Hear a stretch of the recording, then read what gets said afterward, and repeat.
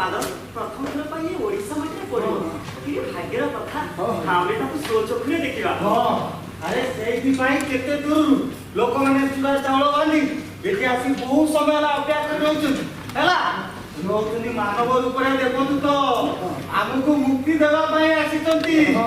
बोल भाई आनंद दबार हरि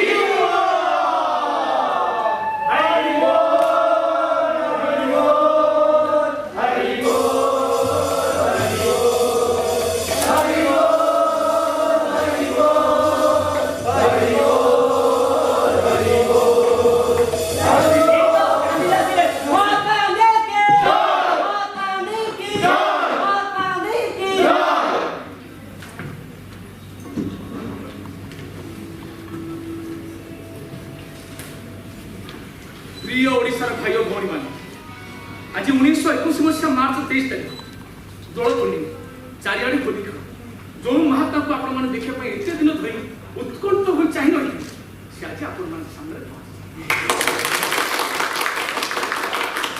पहुंची क्षेत्र में सिना ओडिशा यथेष्ट अग्रगति करी नहीं किंतु सब जुगरे धर्मवाद रे ओडिशा सब प्रदेश ठुर आगे रही बुद्ध ठार आरंभ करी कबीर रामानुज शंकर चैतन्य जाए ए भारत में जिते महात्मा जन्मग्रहण कर समस्त बड़ किसी ना किसी संकेत ओडिशा में रही। हाँ आज 300 वर्ष तले यही दोल पूर्णिमा तिथि प्रभु यही काठगोड़ी नदी में प्रेम धर्म प्रचार कर आज से 300 वर्ष पर जो महात्मा राजनैतिक प्रेम धर्म प्रचार करने हृदयंगम करूँ मोर विश्वास स्वराज निश्चय मिल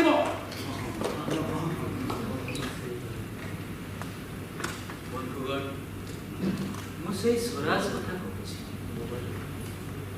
जो पर्यंत आम सामाजिक जीवन उपरे आम स्वाधीनता को सब्यस्त न कर से पर्यंत आम स्वराज को अनुभव करवा के जो पर्यंत इंग्रेज मान निर्देश देउथिबे आम कौन खाइबा आम कौन पीवा आम कौन पिंधिबा आम कौन भाबिबा से पर्यंत स्वराज आसी परिबनी से आवश्यक असहज असहयोग होउची धर्मयुद्ध এই ধর্মযুদ্ধরে আত্মযজ্ঞ আত্মশুদ্ধি ও স্বার্থ ত্যাগ আছে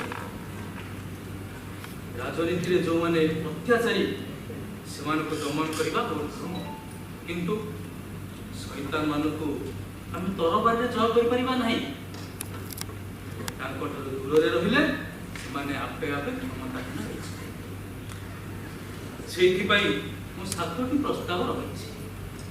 प्रथम प्रस्ताव उपाधि सब फेरई दि जाए। द्वितीय प्रस्ताव सरकार जो मनोनीत कर समस्ते इस्तीफा दिए।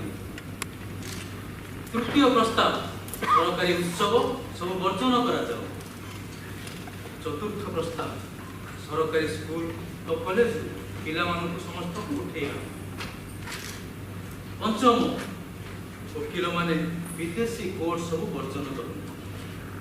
षष्ठ प्रस्ताव नुआकरी बढ़ाई काउंसिल जो मैंने समस्ते प्रार्थी से माने समस्ते ओहरी आस। मोर शेष प्रस्ताव है आम समस्ते विदेशी द्रव्य वर्जन कर जाई ए आंदोलन सफल। महात्मा गांधी की महात्मा गांधी की महात्मा गांधी की भारत माता की जय। वंदे उत्कल जननी। भारत माता की जय। भारत माता की जय। भारत माता की जय। वंदे वंदे वंदे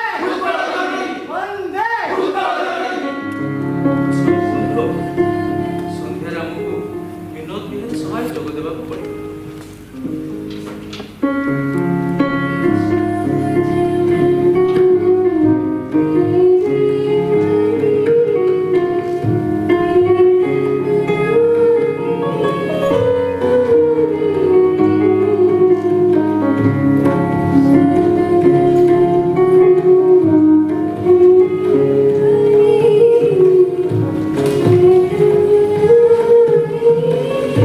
जाने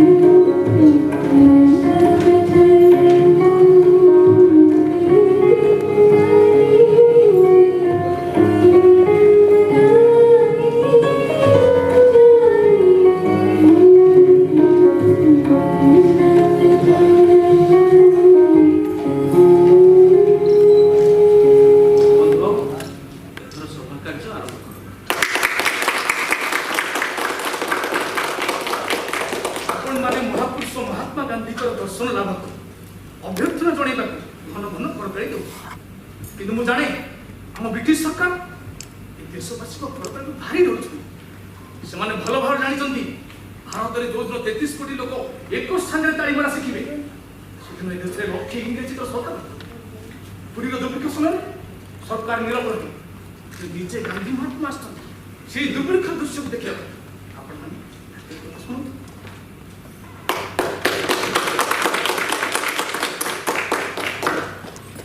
ओडिशा दुर्भिक्ष एठी इंग्रेज हाकिम माने आराम रे निज कोठा रे रहितबा समय साधारण लोक माने कंकाळ साधि तांको देहरे खाली हाड़ मुठे खाइबा को पाउना ए दृश्य कष्ट देछि मु तो जने सामान्य फकीर देश सारा बुली बुली सेमानक पाई पांठी संग्रह करुछि समस्त को कहि आस ओडिशा बुली देखि जिबो आस रूपार सुंदर सुंदर तारकसी काम हुई पत्थर रे मूर्ति तैयारी हुई भल लुगा बना हुई हेले ये कला संस्कृतिर राज्य ओडिशा और तार लोक माने केते तेणु लोकमान्य तिलक स्मारकी पांठी पाई मु अनुरोध करुछि आपण मान जी जहा पारिबे दान जहा वस्तु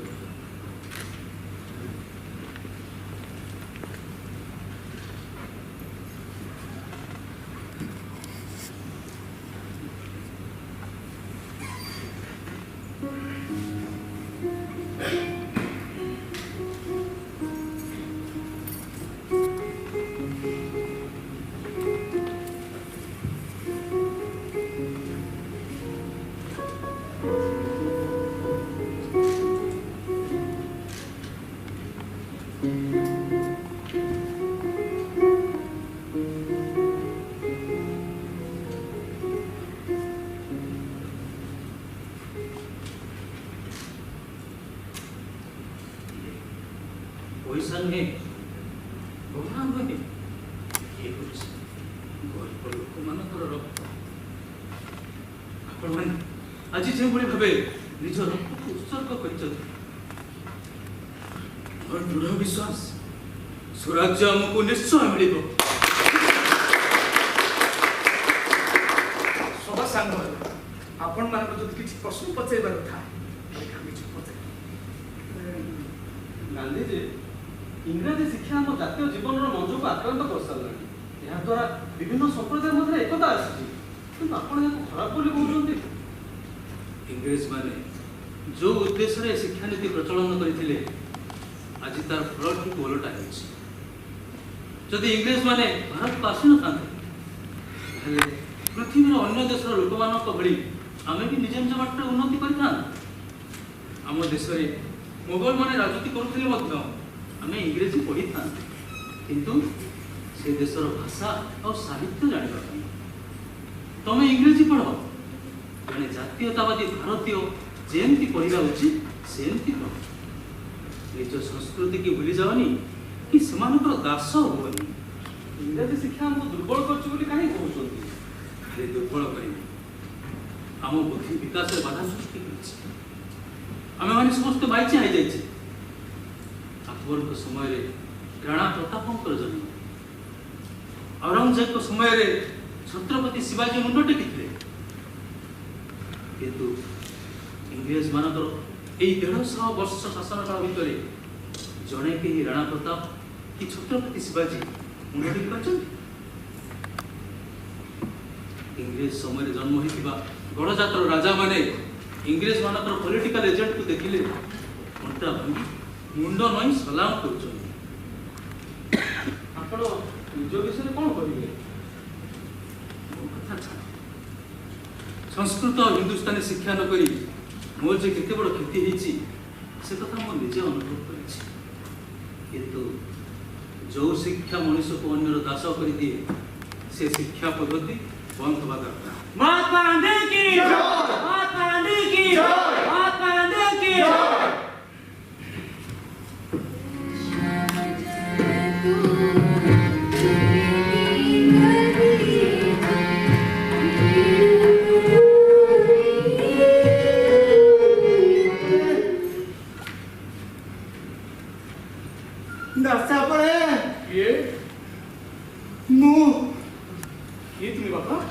ମୁଁ ଯଦୁ ଦବାର ଗାଁରେ ମୋର ଘର। ତୁମର କ'ଣ ହେଇଛି? ମୋ ପାଖକୁ କାହିଁକି ଆସିଛ? ଆମ ଗାଁରେ 59ଟି ପରିବାର ଥିଲେ। ଗାଁକୁ ତ 411 ଜଣ ଲୋକ ଥିଲେ। ବର୍ଷା ହେଲା, ଦୁର୍ଭିକ୍ଷ ପଡ଼ିଲା। କ୍ଷୀର ନ ପାଇ 11ଟି ଛୁଆ ମରିଗଲେ। ଖାଇବାକୁ ନ ପାଇ 58 ଜଣ ଆଜ୍ଞା ଆରପରିକୁ ଚାଲିଗଲେ। ଏହି ଅବସ୍ଥାରେ ହଠାତ୍ 61 ଜଣ ଦେଶ ଛାଡ଼ି ଚାଲି ଯାଇଛନ୍ତି। ଗାଛା ଉପରେ ଆମେ ସବୁ ଅଛୁ। ଆମ ଗାଁରେ କେତେ ଘର ଖାଲି ପଡ଼ିଛି, ଆଉ କିଛି ଘର ଚାଳ ଛପର ନାହିଁ। ଜଗନ୍ନାଥ ଦେଶରେ ଇଏ ବିପତ୍ତି କେମିତି ରହୁଛ? କୁହନ୍ତୁନି ଆଜ୍ଞା, ସ୍ତ୍ରୀ ଲୋକମାନଙ୍କର ପିନ୍ଧିବା ପାଇଁ ଲୁଗା ଖଣ୍ଡେ ନାହିଁ। ସେମାନେ ଲଜ୍ଜାରେ ବାହାରକୁ ବାହାରି ପାରୁନାହାନ୍ତି। ଆଉ ଆମେ ସବୁ ଘାସ ପତ୍ର ଖାଇ ବଞ୍ଚିଛୁ। ଦାସ ଆପଣ ମୋତେ ଭାରି ଦୁଃଖ କହୁଛି। ସପ୍ତାହ ହେଲା କିଛି ଖାଇନି। ଦାସ ଆପଣ କିଛି ଖାଇନି। ରୁହ ରୁହ ଟିକେ ରୁହ।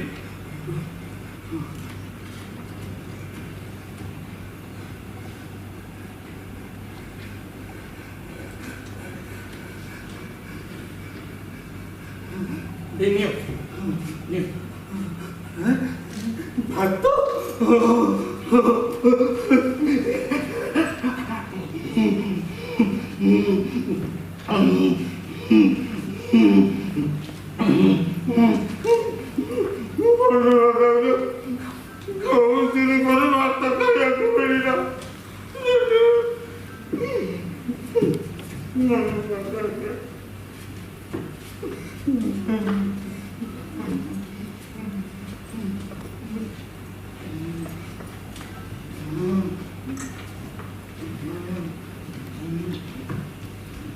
ଭୋକିଲା ଲୋକ ପାଇଁ ସ୍ୱରାଜ ହେଉଛି ତା ପେଟକୁ ମୁଠାଏ ଦାନା। ଆମେ ଯେଉଁମାନେ ଭାରତୀୟ ବୋଲି ନିଜକୁ ଗର୍ବ କରୁଛେ, ଆମର ପ୍ରଥମ କର୍ତ୍ତବ୍ୟ ହେଲା ଭାରତର ଯେକୌଣସି ଅଞ୍ଚଳ ଦୁଃଖ ଭୋଗିଲେ ଆମେ ଦୁଃଖ ଭୋଗିବା। ମାନଙ୍କ ପାଇଁ କ'ଣ କରାଯାଇପାରିବ? ଇଂରେଜ ସରକାର ସବୁ ଜାଣିବା ପରେ ଏ ଅଞ୍ଚଳକୁ ଦୁର୍ଭିକ୍ଷ ବୋଲି ଘୋଷଣା କଲେ। ତାହେଲେ ଏବେ ତୁମେ କ'ଣ କରିବ ବୋଲି ଭାବୁଛ? ଆଜି ତୁମେ ତାକୁ ମୁଠାଏ ଖାଇବାକୁ ଦେଇଦେଲ, କାଲିକି ସେ ପୁଣି ଆଉ କାହାକୁ ମାଗିବ। ନ ପାଇଲେ ଭୋକରେ ରହିବ, ନହେଲେ ଅପରାଧ କରିବ। ଭୋକିଲା ଲୋକକୁ ଆମେ ଦାନା ମୁଠାଏ ଦେଇଦେଲେ ତା ସମସ୍ୟାର ଆମ ସମାଧାନ କଲେନି। ଧୀରେ ଧୀରେ ସେ ଅଳସୁଆ ହେଇଯିବ। ଖାଦ୍ୟ ପାଇବା ପାଇଁ ଯେଉଁ ଚେଷ୍ଟା କରିବା ଦରକାର ସେତକ ବି ସେ କରିବନି। ତେଣୁ ତାକୁ କର୍ମ ଯୋଗାଇ ଦିଅ, ତା ରୋଜଗାରର ପନ୍ଥା ତାକୁ ଯୋଗାଇ ଦିଅ। ତାହେଲେ ସେ ବଞ୍ଚିବାର ସାହାରା ପାଇବ। ଆଉ ସେ ସାହାରା ହେଉଛି ଅରଣ୍ୟ। ବିହାରର ଚମ୍ପାରଣୀ ରୟତମାନଙ୍କ ଦ୍ୱାରା ନୀଳଚାଷୀମାନେ ଏମିତି ଅତ୍ୟାଚାର ସହୁଥିଲେ। ଆଜି ସେମାନେ ଅରଣ୍ୟରେ ଲୁଗା ବୁଣି ନିଜ ପରିବାର ଚଳାଇ ପାରୁଛନ୍ତି। ଆପଣ ଠିକ କହିଛନ୍ତି ଗାନ୍ଧୀଜୀ। ଓଡ଼ିଶାର ଆରମ୍ଭ ହେବ ଚରଖାନ୍ତ। ଆମ ସ୍ଲୋଗାନ ହେବ କୁଟି ଖାଅ କାଟି ପିନ୍ଧ। ମୁଁ ଚାହେଁ ଓଡ଼ିଶା ଭାରତ ବର୍ଷରେ ଖଦି ଓ ଖାଦ୍ୟର ଭଣ୍ଡାର ହେଉ। ଆମେମାନେ ବିଦେଶୀ ବସ୍ତ୍ର ସବୁ ବର୍ଜନ କରୁ। ଦିନେ ଏଇ ଓଡ଼ିଶା ସାରା ଭାରତ ବର୍ଷର ଖାଦ୍ୟର ଭଣ୍ଡାର ଥିଲା। ବାଲେଶ୍ୱରରୁ ମହଣ ମହଣ ଚାଉଳ ବାହାରକୁ ଯାଉଥିଲା। ଆଉ ଆଜି এই ଦୁର୍ଭିକ୍ଷ ସମୟରେ ଦରିଦ୍ର ଓଡ଼ିଆମାନଙ୍କର ସାହାରା ହେଉ ଚରଖା। ଆମେ ବୁଲି ବୁଲି ପାଣ୍ଠି ସଂଗ୍ରହ କରିବା, ସେମାନଙ୍କୁ ଅରଟ ଯୋଗାଇ ଦେବା। ହଁ, ଲୁଗା ବିକ୍ରି ଲୋକଙ୍କର ଚିନ୍ତା କରନ୍ତୁ, ସେ ଦାୟିତ୍ୱ ମୁଁ ନେଉଛି।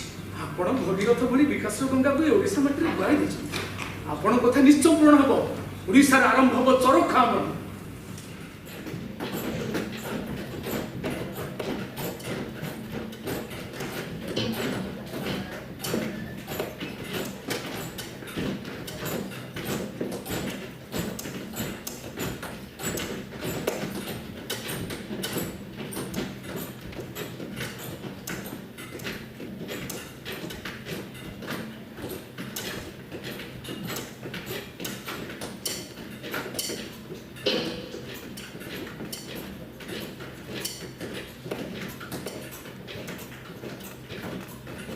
ମୁଁ ଆପଣଙ୍କ ଉତ୍କଳତାରେ ବୁଲି ଦେଖିଲି ମିଷ୍ଟର ଦାସ।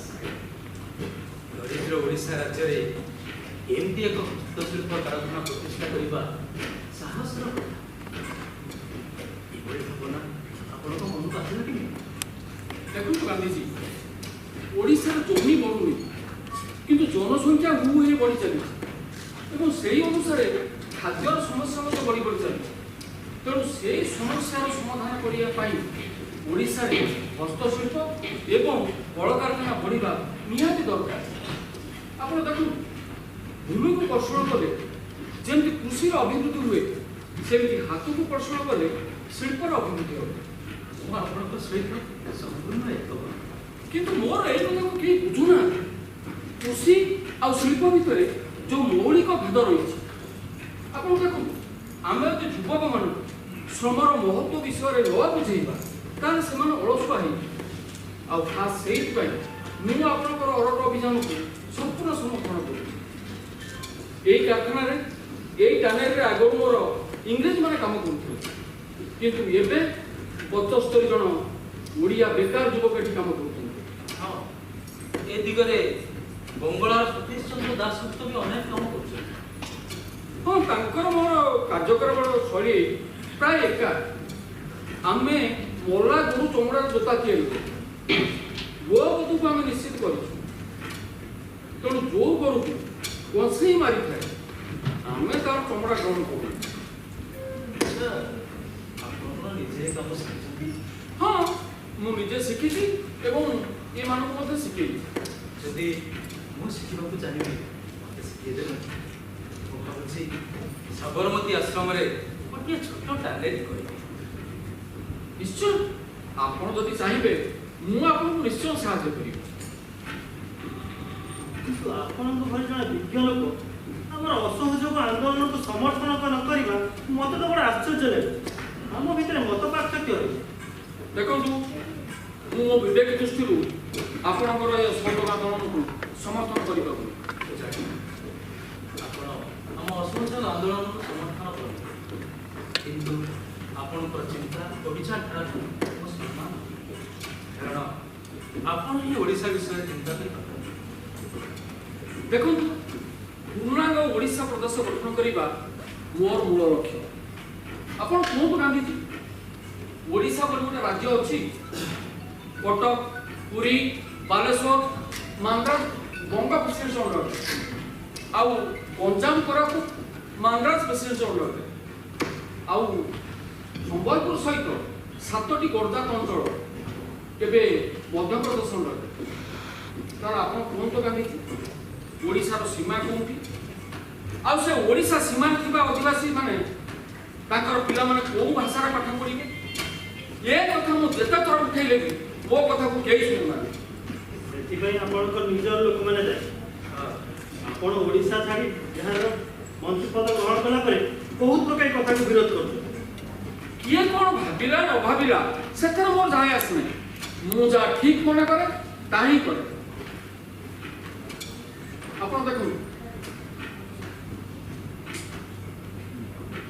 ମୋର ପ୍ରଥମ କର୍ତ୍ତବ୍ୟ ହେଲା, ବର୍ତ୍ତମାନ ପ୍ରଥମ ସମସ୍ୟା ହେଲା, ମୋ ଫ୍ୟାମିଲି 1,20,000 ଟଙ୍କା କ୍ଷତିରେ ଚାଲିଛି। ଗୋପବନ୍ଧୁ ବାବୁ ବି ସତ୍ୟବାଦୀରେ ଗୋଟେ ବିଦ୍ୟାଳୟ ପ୍ରତିଷ୍ଠା କରିଛନ୍ତି। ତା ପାଇଁ ପାଣ୍ଠି ସଂଗ୍ରହ କରିବା ବହୁତ କଷ୍ଟ ହୋଇଛି। ତଥାପି ମୁଁ ଆପଣଙ୍କ ସମସ୍ୟା ଘନଶ୍ୟାମ ଦାସ ବିର୍ଲାକୁ ଜଣେଇବି। ଯଦି ସେ ଆପଣଙ୍କ କମ୍ପାନୀର ସଂଶୋଧନ କିଣି ନିଅନ୍ତି, ମୁଁ ଭାବୁଛି ଆପଣଙ୍କ ସମସ୍ୟାର ସମାଧାନ ହେଇଯିବ। ଧନ୍ୟବାଦ ଗାନ୍ଧୀ। ଆପଣ ଜାଣନ୍ତି, ଆଜି ଆପଣ ମୋ ଘରେ ଅତିଥି ହେଉଛନ୍ତି। ସେ କଥା ତ ପ୍ରଥମରୁ ସ୍ଥିର ସରିଛି। ଚାଲନ୍ତୁ ଯିବା। ଆସନ୍ତୁ। ସଭାର କାର୍ଯ୍ୟକ୍ରମ ଠାରୁ ଟିକେ ଭିନ୍ନ। ଗତ କେତେ ବର୍ଷ ହେଲା ଆମେ ସତ୍ୟାଗ୍ରହ ଆଶ୍ରମରେ ସକାଳ ଏବଂ ସନ୍ଧ୍ୟାରେ ସମୂହ ପ୍ରାର୍ଥନା କରିଥାଉ। ଶରୀର ପାଇଁ ଖାଦ୍ୟ ଯେମିତି ଆବଶ୍ୟକ ଅଟେ, ଆତ୍ମା ପାଇଁ ପ୍ରାର୍ଥନା ସେମିତି ଆବଶ୍ୟକ। ଜଣେ ମଣିଷ ଖାଦ୍ୟ ବିନା ହୁଏତ କିଛି ଦିନ ରହିଯାଇପାରେ, କିନ୍ତୁ ଜଣେ ଈଶ୍ୱରନିଷ୍ଠ ବ୍ୟକ୍ତି ବିନା ପ୍ରାର୍ଥନାରେ ଗୋଟିଏ ମୁହୂର୍ତ୍ତ ବି ରହିଥାଏ। ଆଜିର ବାତାବରଣ ନାନା ସଂଘର୍ଷ ଭିତରେ ପରିପୂର୍ଣ୍ଣ ହୋଇଥିବାର ଏକମାତ୍ର କାରଣ ହେଉଛି ସଚ୍ଚା ପ୍ରାର୍ଥନା ଭାବନାର ଅଭାବ। ଯଦି ଛାତ୍ରବୃନ୍ଦ ଶିକ୍ଷାକୁ ସୁସ୍ଥ ହୃଦୟ ଏବଂ ସୁସ୍ଥ ଚରିତ୍ରର ଭିତ୍ତି ଉପରେ ପ୍ରତିଷ୍ଠା କରିବାକୁ ଚାହୁଁଥାନ୍ତି, ତେବେ ସିଦ୍ଧି ପାଇବାକୁ ହେଲେ ପ୍ରତ୍ୟେକ ନିୟମ ପୂର୍ବକ ସଚ୍ଚା ମନରେ ପ୍ରାର୍ଥନା କରିବା ଆବଶ୍ୟକ। ଆଜି ଏଠାରେ ସମୂହ ପ୍ରାର୍ଥନା ସଭାର ଆୟୋଜନ କରାଯାଇଥିବାରୁ ମୁଁ ଆପଣମାନଙ୍କୁ ଅନୁରୋଧ କରୁଛି, ଆଜି ଆମେ ସମସ୍ତେ ଏଇଠି ପ୍ରାର୍ଥନା କରିବା।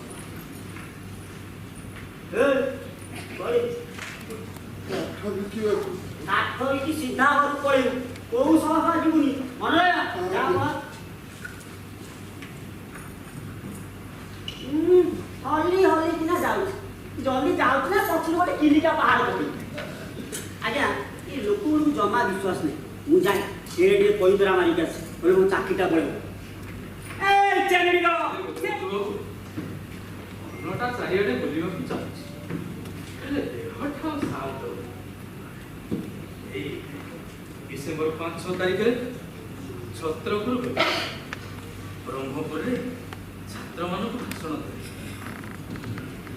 देती किसी पांठि भी संग्रह 7 तारिख पुरुषोत्तमपुर बोईराणी कलसरा उदला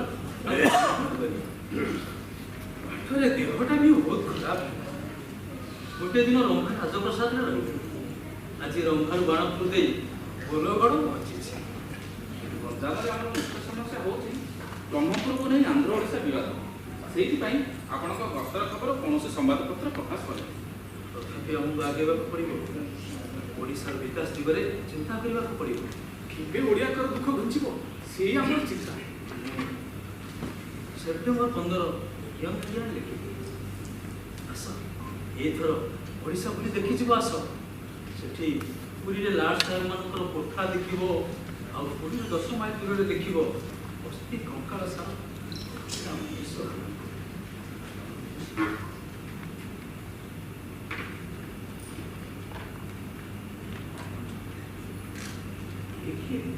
ये जड़े अस्पृश्य जातिर लोक आपन को देखी सम्मान देवा डाक्तरी एभली सम्मान राजनीति मुंड तल कर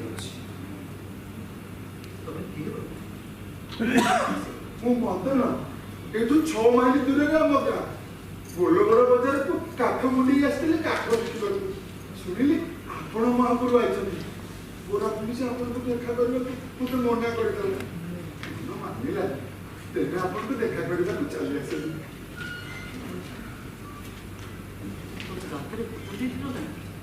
मरी मुदिया लोक आपको माने कोई तमें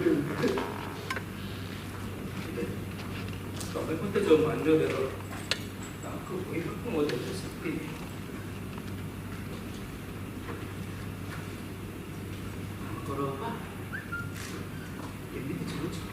जमीबाड़ी पड़ा जंगल काठ काटे बिके तो उन्हें खाइबा मिले ମାଂସ ଖାଏ, ଜଙ୍ଗଲରୁ ଗୋଧି ମାରି ଖାଏ, ଆଉ ଖଜୁରୀ ତାଡ଼ି ପିଏ। ଆଜିଠୁ ଗଲା ଜୀବଙ୍କ ମାଂସ ଖାଇବନି, ଗାଡ଼ି ବି ପିଇବନି। ମୁଁ ଯଦି ତାଡ଼ି ନ ପିଇବି, ମାଂସ ନ ଖାଇବି, ତାହେଲେ ତ ମତେ ଜାତିରୁ ବାସନ କରିଦେବେ। ବାସନ କର, ମୁଁ ତାହେଲେ ରହିବି କୋଉଠି? ଗାଁ ଛାଡ଼ିଦିଅ, ଘରଠାରେ ସୂତା କାଟ, ନିଜ ଗୋଡ଼ରେ ନିଜେ ଠିଆ। ପ୍ରତିଜ୍ଞା କର। କରିବି, ନିଶ୍ଚୟ କରିବି, ନିଶ୍ଚୟ କରିବି, ନିଶ୍ଚୟ କରିବି, ନିଶ୍ଚୟ କରିବି, ନିଶ୍ଚୟ କରିବି, ନିଶ୍ଚୟ କରିବି। ଏ ଗଛ ଭାଇ, ତୁ ତ ମତେ କେବେ ଫୋପାଡ଼ି ଦେଇନାଉ, ତୁ ଛାଇ ଦେବାକୁ କେବେ ମନା କରିନାଉ। ଏଇ ନାଇଁ, ତୋର ଜକ ଜକ ପାଣି ପିଇବା ପାଇଁ ତ ମତେ କେବେ ମନା କରିନାଉ। ହେ ମାଟି ମା, ତୁ କୋଳରେ ତ ମତେ କେବେ ରହିବା ପାଇଁ ମନା କରିନାଉ। ହେଲେ ହେଲେ ଏ ମଣିଷ ଭାଇମାନେ ଦେଖିବାକୁ ମୋରି ପରି ଉଚ୍ଚ ଜାତିର ଲୋକ ମତେ ସବୁବେଳେ ଦୂର ଦୂର ମାର ମାର କଲେ, ତାଙ୍କ ଘରେ ପୁରେଇ ଦେଲେନି। ইয়ার মানে কো, ମାନେ କో, ମାନେ କো।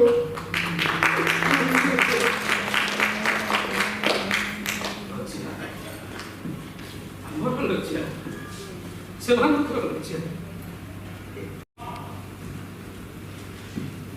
प्रणाम बापूजी। ସଭା କଥା କଣ? ଆଜି ଗୋଦାବର୍ଷ ମିଶ୍ର ଗୋଟେ ସଭାର ଆୟୋଜନ କରିଛନ୍ତି, ହେଲେ ବ୍ରିଟିଶ ପୋଲିସ ଚାରିଆଡ଼େ ବୁଲି ବୁଲି ସମସ୍ତଙ୍କୁ ଧମକ ଦେଇଛି, ସଭାକୁ କେହି ଆସିବେ। ଖାଲି କ'ଣ ବ୍ରିଟିଶ ପୋଲିସ? ଖାଲି ବ୍ରିଟିଶ ପୋଲିସ ନୁହେଁ, ତାଙ୍କ ସହିତ ଆମ ଗଡ଼ଜାତର ରାଜା ଆଉ ଜମିଦାରମାନେ ମଧ୍ୟ ସାମିଲ ଅଛନ୍ତି। ନିଜର ଗାଡ଼ି ଚାଲିଯିବା ଭୟରେ ସେମାନେ ଅଂଗ୍ରେଜମାନଙ୍କର ଦଲାଲ ଛାଡ଼ିଛନ୍ତି, ଅଂଗ୍ରେଜମାନଙ୍କର ଦଲାଲ। ସପ୍ତାହ ହେଲା ଘର ଘର ବୁଲି ମୁଁ ଦେଖୁଥିଲି, ସେମାନେ ଗାନ୍ଧିଜୀକୁ ଦେଖିବାକୁ ଚାହୁଁଥିଲେ, ହେଲେ ଆଜି ପୋଲିସ କହିଲେ କେହି ଘର ପାଉନାହାନ୍ତି। ଇଂରେଜ ସରକାର ଗାନ୍ଧିଜୀକୁ ଭୟ କରୁଛି। ସେମାନେ କ'ଣ ଭାବୁଛନ୍ତି ଏମିତି ଲୋକଙ୍କୁ ଧମକ ଦେଇ ଡରେଇଲେ ଆନ୍ଦୋଳନ ବନ୍ଦ ହେଇଯିବ? ସେ କଥା ପରେ, ହେଲେ ଆଜି ସଭାରେ ଗୋଟିଏ ହେଲେ ଲୋକ ନାହାନ୍ତି, ସଭା ହବ କେମିତି? ଆଛଡ଼ା ଗାନ୍ଧୀର ରହିବା ପାଇଁ ଜିଲ୍ଲା ବୋର୍ଡ ଡାକମରେ ଯେଉଁ ବ୍ୟବସ୍ଥା ହେଇଥିଲା ତାକୁ ଭଡ଼ାରେ ପାଇବା ପାଇଁ କଷ୍ଟ ହୋଇପଡ଼ିଛି। ପୋଲିସର ଦମନକୁ ବନ୍ଦ କରିବାକୁ ପଡ଼ିବ। ହେଲେ ତମେମାନେ ଏମିତି ଭୟ କରୁଛ କାହିଁକି? ତମେ ତ କିଛି ଅପରାଧ କରିବ। ତମେମାନେ ଯେତେବେଳେ ଭୟ କରିବା ଭୁଲିଯିବ, ସେତେବେଳେ ତମକୁ କେହି ଡରେଇ ପାରିବେ? କେବେ ବି ଡରିଯାଅନି, କାରଣ ରୋଗଠାରୁ ଭୟ ଆହୁରି ମାରାତ୍ମକ। ଯେଉଁ ମଣିଷ ମଣିଷକୁ ଭୟ କରେ, ସେ ମଣିଷ ପଦବାଚ୍ୟ ନୁହେଁ, ଈଶ୍ୱରଙ୍କୁ ଭୟ କରେ। ସଭା ନୁହେଁ, କାଲି 2ଟା ପର୍ଯ୍ୟନ୍ତ ମୁଁ ଏଇଠି ଅଛି। ତମର ଯାହା ପଚାରିବାର ଅଛି ମୋ ସହିତ ଆଲୋଚନା କରିବା। ସଭାକୁ ଆସିଲେ, ତେବେ ବାଣପୁର ସଭା ଭଲ ହେଲା, ସେଠି 170 ଟଙ୍କା ଆଦାୟ ହେଲା। ରାତିରେ ଗାନ୍ଧିଜୀ ଗୋଦାବର୍ଷ ମିଶ୍ରଙ୍କର ରହିଲେ। କିନ୍ତୁ ସେ ଯେଉଁ ଲୋକମାନଙ୍କୁ ନେଇ ଗାନ୍ଧିଜୀକୁ ଦେଖା କରିବାକୁ ଗଲେ, ଉଚ୍ଚ ଜାତିର ଲୋକ ବହୁତ ରାଗିଛନ୍ତି, ପରେ ସେ ଅସୁବିଧାରେ ପଡ଼ିପାରନ୍ତି। ସେଥିପାଇଁ ତାଙ୍କୁ ସାବଧାନ ରହିବାକୁ ଟିକେ କହିଦେବେ। ସେ କଥା ପାଇଁ ତାଙ୍କ ଡର ନାହିଁ। ତେବେ ମୁଁ ଚାହୁଁଛି ଗାନ୍ଧିଜୀଙ୍କର ଭଦ୍ର ଗସ୍ତ ସଫଳ ହେବ। ବାଲେଶ୍ୱର ଗସ୍ତ କେମିତି ଥିଲା ମହତାବ? ଗାନ୍ଧୀଜୀ 14 ତାରିଖ ସକାଳେ ବାଲେଶ୍ୱରରେ ପହଞ୍ଚିଲେ। ତାଙ୍କୁ ଆମେ ମୁକୁନ୍ଦ ପ୍ରସାଦ ଦାସ ଘରେ ଅତିଥି କରିବାକୁ ସେଠି ସିଏଫ୍ ଏଣ୍ଡ୍ରୁଜ୍, ଫରେକ୍ସ ଆଲେକ୍ସାଣ୍ଡର ଆଉ ରେଭେରେଣ୍ଡ ଟକର ପହଞ୍ଚିଥିଲେ। ସେଦିନ ସେ ସାଧାରଣ ସଭା ଆଉ ନାରୀ ସଭାରେ ଭାଷଣ ଦେଇଛନ୍ତି। ତା ପରଦିନ ଭଦ୍ରକ ଆସିବାର ଥିଲା, ତେବେ ବ୍ଲଡ ପ୍ରେସର ବଢ଼ିଥିବାରୁ ସେ ଭଦ୍ରକ ଆସିପାରିଲେନି। କାକା କାଲେକ୍ଟର ଗଲେ। ତାହେଲେ ଏବେ ସେ ତାଙ୍କୁ ଚାବାଟେ ନେବ କେମିତି? ନୀଳକଣ୍ଠ ବାବୁ, ଆପଣ ଜମା ବ୍ୟସ୍ତ ହୁଅନ୍ତୁନି, ତାଙ୍କ ପାଇଁ ମୁଁ ଗୋଟେ ମୋଟର ଗାଡ଼ିର ବ୍ୟବସ୍ଥା କରିଛି। ଭଲ ହେଲା, ଖୁବ୍ ଭଲ ହେଲା। ବାବୁ, ଗାନ୍ଧିଜୀଙ୍କ ସହିତ ଆଲୋଚନା କରିବା ପାଇଁ ଆମର ଏଜେଣ୍ଡା ପ୍ରସ୍ତୁତ ହେଇଥିଲା, ତାକୁ ସାଙ୍ଗରେ ଆଣିଛନ୍ତି। ସେ ବିଷୟରେ ଆମକୁ ଚାରିପାଟିରେ ଆଲୋଚନା କରିବାକୁ। ହଁ, ଆମର ପ୍ରଥମ ଏଜେଣ୍ଡା ହେଲା ଓଡ଼ିଶାରେ 4ଗୋଟି ଖଦି ଉତ୍ପାଦନ କେନ୍ଦ୍ର କାମ କରୁଛି। ପ୍ରଥମ ନିଖିଳ ଭାରତ ଚରଖା ସଂଘର ଶାଖା ସବୁ, ଦ୍ୱିତୀୟ ଦାସୀ ଆପଣଙ୍କର ସତ୍ୟବାଦୀର ଖଦି ଉତ୍ପାଦନ କେନ୍ଦ୍ର, ତୃତୀୟ ମୋର ସମବାୟ କେନ୍ଦ୍ର, ଚତୁର୍ଥ ଗୋବିନ୍ଦ ମିଶ୍ରଙ୍କ ଖଦି ଉତ୍ପାଦନ କେନ୍ଦ୍ର। ଆକୁ କେମିତି ବଢ଼େଇବା? ଗୋବିନ୍ଦ ବିଷୟ ତୁମେ ଯାହା କହୁଥିବାକୁ ଗୋବିନ୍ଦ ମିଶ୍ର ଦଶପଲ୍ଲା ଆନ୍ଦୋଳନ ସମୟରେ ଲୁଚି ପଳାଇଲେ। ସେଠୁ ଯାଇ ଗାନ୍ଧୀଙ୍କ ଆଶ୍ରମରେ କିଛି ବର୍ଷ ରହିବା ପରେ ଓଡ଼ିଶାକୁ ଫେରି ଭାରି ଭଲ କାମ କରୁଥିଲେ। ନୀଳକଣ୍ଠ ମୋର କିଛି ଚିନ୍ତା ହେଉଛି ବାଲେଶ୍ୱର କଂଗ୍ରେସର ସମସ୍ୟାକୁ ନେଇ। ଏଇ ଆମ ନୀଳଗିରି ଗଡ଼ ଜାତିର ପ୍ରଜାମାନଙ୍କ କଥା କହୁଛନ୍ତି ତ? ହଁ, ସେମାନେ ରାଜ୍ୟ ଛାଡ଼ି ପଳାଇ ଏ ପର୍ଯ୍ୟନ୍ତ ମୋଗଲ ବନ୍ଦୀ ଅଞ୍ଚଳରେ ପଡ଼ିଛନ୍ତି।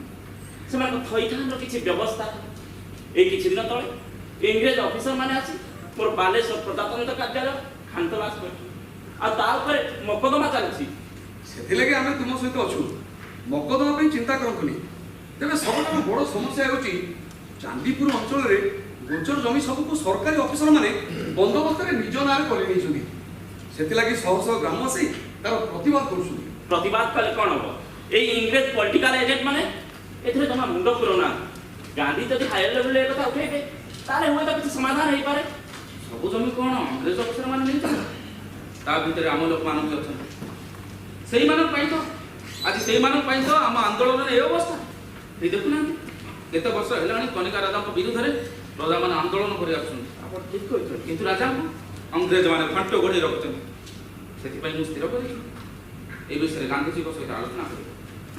ସେ ଆମକୁ ଯାହା ପରାମର୍ଶ ଦେବେ ସେଇ ଅନୁସାରେ ଚାଲିବା ଠିକ ହେବ। ତାହେଲେ ଅପେକ୍ଷା କାହିଁକି? ଚାଲନ୍ତୁ ଚାର ବାଟେ ତେବେ ଆସନ୍ତୁ।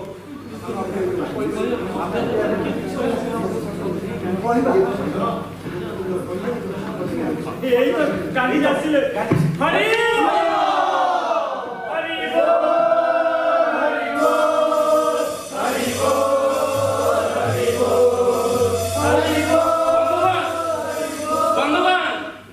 ବନ୍ଧୁଗଣ, ଆପଣମାନେ ଦୟାକରି ଧୀର ଧୀର ହୋଇ ଛିଡ଼ା ହୁଅନ୍ତୁ।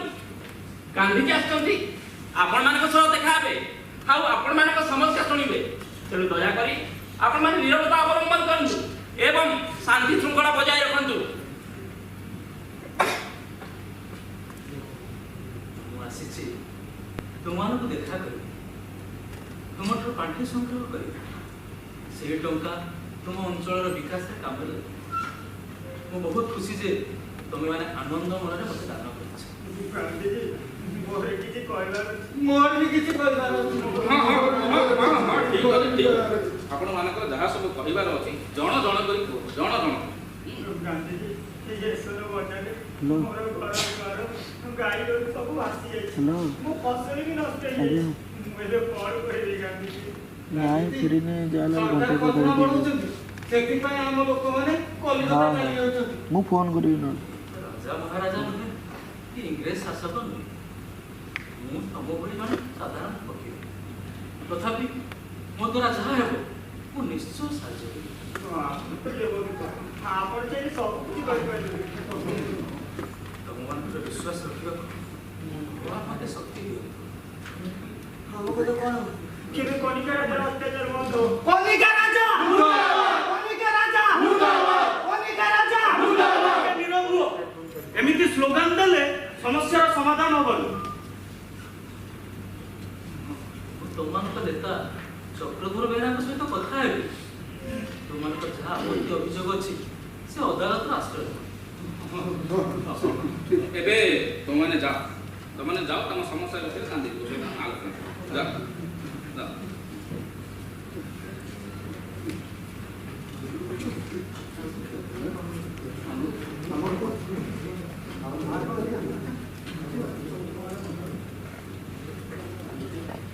ଆପଣଙ୍କ ଆଦର୍ଶରେ ଅନୁପ୍ରାଣିତ ହୋଇ ଗୁଜରାଟର ପ୍ରସିଦ୍ଧ ବ୍ୟବସାୟୀ ଶିବରାମଜୀ କଲ୍ୟାଣ ନିଖୋଳ ଭାରତ ଚରକା ସଂଘକୁ 1 ଲକ୍ଷ ଟଙ୍କା ଆଉ ଓଡ଼ିଶାରେ ଖଦି ବ୍ୟବସାୟ ପାଇଁ 1 ଲକ୍ଷ ଟଙ୍କା ଦେବେ।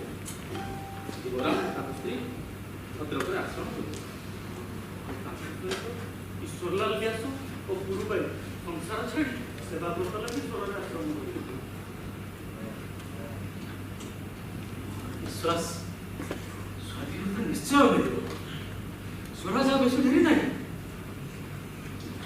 ହଁ ଭାବୁଛି 18ରେ ମୁଁ କଟକରେ ପହଞ୍ଚିବି। 19ରେ ମନୋବ୍ରତ ଥିଲେ ବି ମଧୁବାବୁଙ୍କ ସହିତ ମୋର ଦେଖା। 20ରେ ସାଧାରଣ ସଭାରେ ଯୋଗ ଦେବି। ଭାଷାକୋଷର ଲେଖକ ଗୋପାଳ ଚନ୍ଦ୍ର ପ୍ରହରାଜ ନିମନ୍ତ୍ରଣ ରହିଛନ୍ତି। ତାଙ୍କ ପାଖରେ ଗୋଟିଏ ଦିନ ରହିବ। ଏହି ଅନୁସାରେ ମୋର ପ୍ରଶ୍ନ ଠିକ୍ କର। ଆଜ୍ଞା। କଟିଗଲା। ସେ ବିଷୟରେ ଆମେ ଗାନ୍ଧିଜୀଙ୍କ ସହିତ ଆଲୋଚନା କରିଥିଲୁ। ସେ କହିଛନ୍ତି ଏ ଦାୟିତ୍ୱ ସେ ନିଜେ ନେବେ। ମୋର ଆଶା ବିଶ୍ୱାସ ସେ ନିଶ୍ଚୟ କଂଗ୍ରେସ ଅଧିବେଶନ ସମୟରେ କଥା ଉଠାଇବେ। କିନ୍ତୁ ଗାନ୍ଧିଜୀ ନିଜେ 1927 ମସିହାରୁ ପ୍ରତ୍ୟେକ ରାଜନୀତିରୁ ଦୂରେଇ ଯାଇ ମୌନ ରହିଛନ୍ତି। ସେ ଘୋଷଣା କରିଛନ୍ତି ଖଦୀର ପ୍ରସାର ଦିଗରେ କିଛି ଦିନ କାମ କରିବେ। ହଁ, ସେ ବୋଧହୁଏ ଭାବୁଛନ୍ତି ସାଧାରଣ ଲୋକଙ୍କ ଆର୍ଥିକ ଉନ୍ନତି ନହେଲେ ଆନ୍ଦୋଳନକୁ ବେଶୀ ଦିନ ଚଳାଇବା ସମ୍ଭବ ନୁହେଁ। ଯେଉଁଠି ଲୋକମାନେ ଗୋଟେ ଖାଦ୍ୟ ନ ପାଇ ମରୁଛନ୍ତି ସେଠି ଆନ୍ଦୋଳନ କରିବାକୁ ଆମେ ବା କେତେ ଜଣ? କଂଗ୍ରେସ ସରକାର ତ ସାଧାରଣ ଲୋକଙ୍କ ସମସ୍ୟା ଶୁଣିବାକୁ ପ୍ରସ୍ତୁତ ନୁହେଁ। ସେ କେବଳ କେତେ ଜଣ ଚାଟୁକାରକୁ ସନ୍ତୁଷ୍ଟ କରିବାକୁ ଚାହାନ୍ତି। ତେଣୁ ଆମେ ଗାନ୍ଧୀଙ୍କ ଅନୁସାରେ ଚାଲିବା ଠିକ୍ ହେବ। ମୋର ବି ସେଇ ମତ। ଖଦୀର ପ୍ରସାର ଏବଂ ପାଣ୍ଠି ସଂଗ୍ରହ କରିବା ଆମର ଲକ୍ଷ୍ୟ ହେବା ଉଚିତ। ତେବେ ମୁଁ ଦେଖିଲି ତମର ଏଠି ଯେଉଁ ଖଦୀ କେନ୍ଦ୍ର ଅଛି ଭଲ ଚାଲିଛି। ହଁ, ଦାସ ଆପଣ ନିଜେ ଖଦୀ କେନ୍ଦ୍ର କଥା ବୁଝୁଛନ୍ତି। ଏ ବର୍ଷ ରଥଯାତ୍ରାରେ ଆମର ଭଲ ଖଦୀ ବିକ୍ରି ହେଇଛି। ଛଡ଼ା ଅନ୍ୟ ଉପାୟ ନାହିଁ। ଗତ 27-28 ବନ୍ୟାରେ ବାଲେଶ୍ୱର ଜିଲ୍ଲାରେ ଅନେକ ଘର ଭାସିଗଲା, ରେଳ ଲାଇନ୍ ସବୁ ଭାସିଗଲା, ଆଉ ସରକାର ଚୁପ୍ ହୋଇ ବସି ରହିଲେ। ସେତିକି ବେଳେ ଆମେ ସବୁ ଗାଁ ଗାଁ ବୁଲି ଚୂଡ଼ା ଚାଉଳ ବାଣ୍ଟୁଥିଲୁ। କିନ୍ତୁ ଏ ବନ୍ୟା ପରେ ଗରିବ ଲୋକଙ୍କ ମୁହଁରେ ଆହାର କିଏ ଦେବ? କେମିତି ସେମାନେ ଜୀବନ ପାଇଁ ଜୀବିକା ସଂଗ୍ରହ କରିବେ? ଗାନ୍ଧିଜୀ ଠିକ୍ କହୁଥିଲେ, ଯୋଉଠି ବ୍ୟକ୍ତିର ସ୍ୱାଧୀନତା ନାହିଁ ସେଠି ଦେଶର ସ୍ୱାଧୀନତା ଆସିବ କେମିତି? ତେଣୁ ଭୋକିଲା ଲୋକର ସ୍ୱରାଜ ହେଉଛି ତାର ପେଟକୁ ଉଠାଏ ଦାନା। ଆଜି ବି ମୋର ଗାନ୍ଧିଜୀଙ୍କ କଥା ମନେ ପଡୁଛି। ଯେଉଁ ଦେଶରେ ଜଣେ ଲୋକ ଖାଇବା ବିନା ମରିଯାଏ ସେ ଦେଶ ନରହତ୍ୟା ପାପର ଭାଗି ହୁଏ। ଇଂରେଜ ଶାସନକୁ ଶୈତାନ ଗ୍ରାସ କରିଗଲେ। ସେମାନଙ୍କର ଶୋଷଣ ଆଉ ଶାସନ ନିର୍ମମ ଭାବରେ ଓଡ଼ିଶାବାସୀଙ୍କର ଦୁଃଖ ଦୁର୍ଦ୍ଦଶା ଘଟେଇଛି। ସ୍ୱରାଜ ବିନା ଏମାନଙ୍କର ଉଦ୍ଧାର ନାହିଁ। ସେଇ ଆନ୍ଦୋଳନରେ ଆମେ ନିଜକୁ ଉତ୍ସର୍ଗ କରିବାକୁ ପଡ଼ିବ। ସେଇଥିପାଇଁ ଗାନ୍ଧିଜୀଙ୍କ ମୁହଁରେ ସବୁବେଳେ ଆପଣ ଆଉ ରମାଦେବୀଙ୍କ ପ୍ରଶଂସା। ହଁ, ଆପଣଙ୍କୁ ଆଉ ଥଟ୍ଟା କରିବାକୁ ଜାଗା ମିଳିଲାନି ପଣ୍ଡିତଜୀ। ନା ନା ନା, ମୁଁ ଥଟ୍ଟା କରୁନି, ସତ କହୁଛି। ଆପଣ ଦୁଇ ଜଣ ଯେମିତି ନିଜ ଖଦୀ କେନ୍ଦ୍ରରେ ପରିଚାଳନା କରୁଛନ୍ତି ସେଥିରେ ସମସ୍ତେ ଖୁସି। ତା ଛଡ଼ା ରମାଦେବୀ ନାରୀମାନଙ୍କ ମଧ୍ୟରେ ଯେଉଁଭଳି ଶିକ୍ଷାର ପ୍ରସାର କରୁଛନ୍ତି, ଜାଗରଣ ଆଣିଛନ୍ତି, ହସ୍ତଶିଳ୍ପର ବିକାଶ କରୁଛନ୍ତି, ପ୍ରଶଂସା ଯୋଗ୍ୟ। ଖୁବ୍ କମ୍ ନାରୀଙ୍କ ପାଖରେ ଦକ୍ଷତା ଦେଖିବାକୁ ମିଳେ। ଜଗନ୍ନାଥ ସମସ୍ତଙ୍କର ମଙ୍ଗଳ। ଲିଙ୍ଗରାଜ ମିଶ୍ରଙ୍କ ସହିତ ଲୋକସେବକ ମଣ୍ଡଳର ବାର୍ଷିକ ଅଧିବେଶନ ଯୋଗ ଦେବାକୁ ସେଥିପାଇଁ ସମସ୍ତଙ୍କୁ ଡାକିବା। ଶୁଣାଯାଉଛି ସେଥିପାଇଁ ଆପଣଙ୍କୁ ବଡ଼ ପଦପଦବୀ ମିଳିପାରେ। ହଁ, ଉପସଭାପତି ପଦ ଲାଗି ଆପଣଙ୍କ ନାଁ ଚର୍ଚ୍ଚା ହେଉଛି।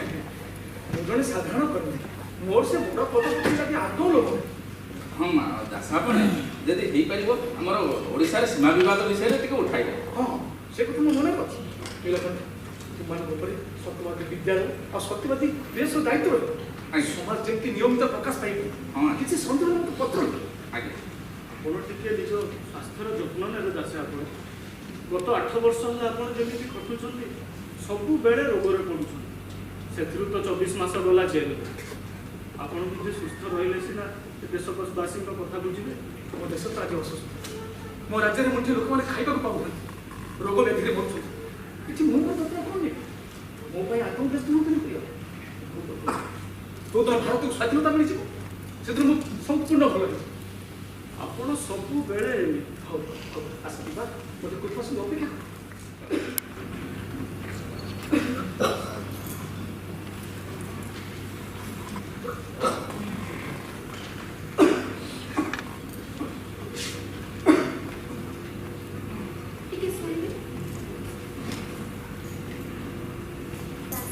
ଅବସ୍ଥା କିଛି ଭଲ ଲାଗୁନି। ଏତେ ଦିନ ହେଲା ଜ୍ୱର ହେଲାଣି ଅଥଚ କମୁନି। ଧୀରେ ଧୀରେ ସେ ଖାଇବା ବି ଛାଡ଼ିଦେଲେଣି। ଆପଣ ମାନେ ଡାକ୍ତର ଦେଖେଇଥିଲେ କି? ଡାକ୍ତର କବିରାଜ ସମସ୍ତଙ୍କୁ ଔଷଧ ଆଣି ଦେଇସାରିଲେଣି, କିନ୍ତୁ କିଛି ଲାଭ ନୁହେଁ। ନିଜ ଦେହ ପ୍ରତି ସେ କେବେ ଯତ୍ନ ନେଲେନି।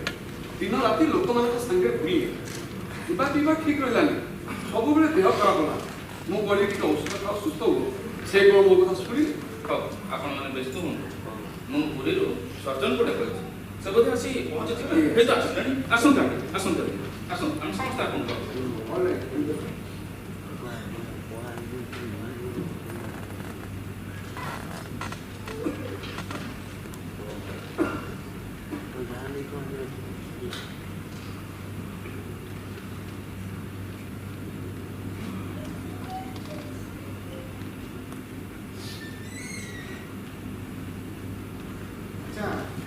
କେମିତି ହେଲା?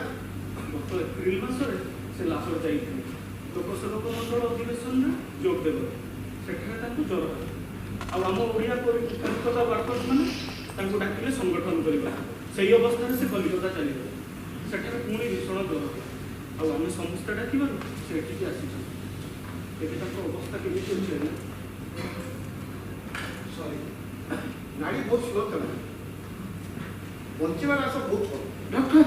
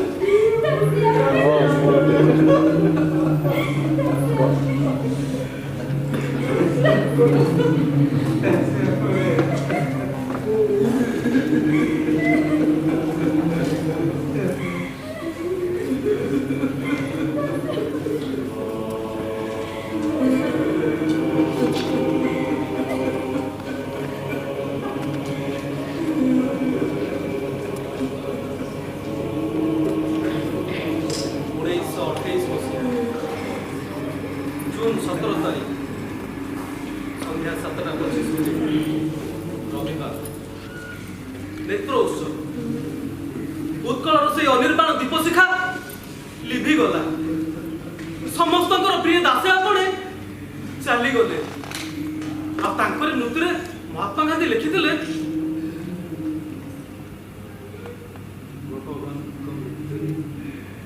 देश आज दरिद्र शरीर से आम सहित नथिले आत्मा आम सामने सब से महान आत्मा ओडिशार कर्मी मान परिचालित मृत्यु सेवाव्रत करी लोकों मनोयोग अधिक उद्यम अधिक धर्मत्याग और चारिआडे विक्षिप्त अल्प संख्यक कर्मी मान मध्य एकता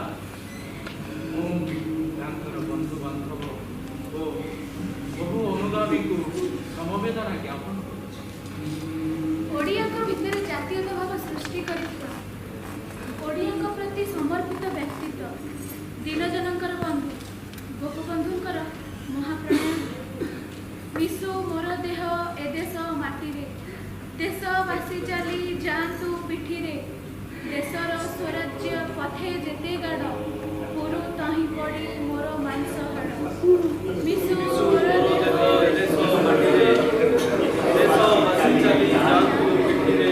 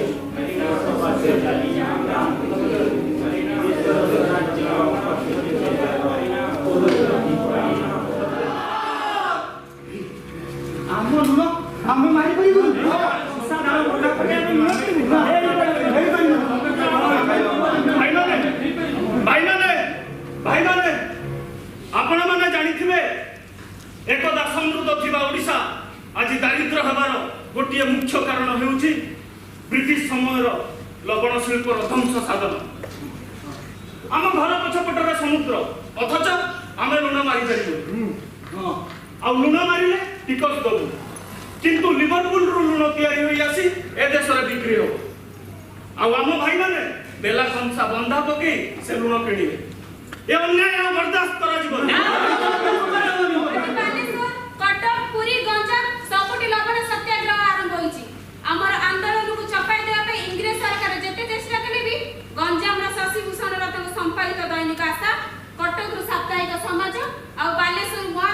प्रजातंत्र आम समस्त खबर प्रकाश करी लोकमानक मनोबल बढ़ाइछंती। केवल उपकूल ओडिशा नुहे संबलपुर बहु सत्याग्रही आसी आम सहित जोग देते से समस्त को अशेष अशेष धन्यवाद। ये मुझे समस्त को जन चाहे लुण तैयारी पूर्व आमर गोटे बड़ शिल्प थिला ओमे कहती 100 वर्ष पूर्व ईस्ट इंडिया कंपानी ए शिल्प वार्षिक 18 लाख टंका आदाय करथला बंधुगण किंतु आज आम गरीब हेले भी टंका टिए पाई पारु ना जो सरकार लोक मान भात पत्र लुण टे काटुची जदि के तार प्रतिवाद करची ताको कह जो टिकस दियो नले लुण खाई परिबो नहीं ए कोई दुरात्मक सरकार हो कोठ थे करे लवण आईन कौन सी सभ्य समाज चलना पड़े खराब आईन को भांगिबार अधिकार लोक मान को रहिची। महात्मा गांधी सारा देश आईन मान्य करबा पई लवण सत्याग्रह रो डाकरा दैछंती साबरमती आश्रम से दांडी यात्रा करिसंती आ ओडिसा रे एई बालेश्वर रु आरंभ हेबो लवण सत्याग्रह। किंतु एथिरे दाबी दिबार प्रश्न उठुनी या आईन हम मानी बुली हम क्या अटकाई परिबे महात्मा गांधी की जय महात्मा गांधी की जय महात्मा गांधी की जय विभोर बोलना आई बोलना एक बार बाबा आईन अमान्य आंदोलन हमें मारिबा अरे मारी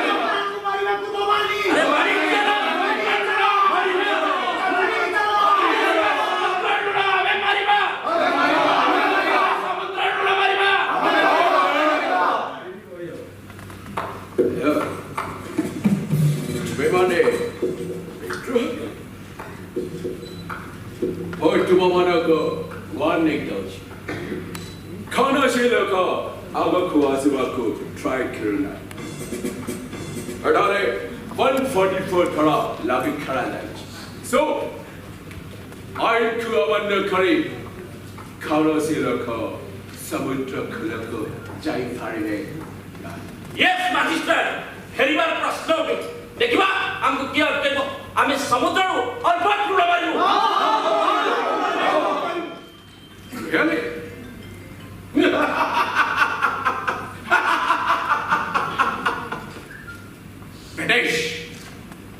British शासन तुम्हें फल भावरे जाना महत्ता विद्रोह को दमन करेगा इंग्रज मानव को फल भावरे जाना जदि तुम्हें विद्रोह को बलपूर्वक दमन करिबो ताले एठी गोटे भी इंग्रज पानी पाइबेनी।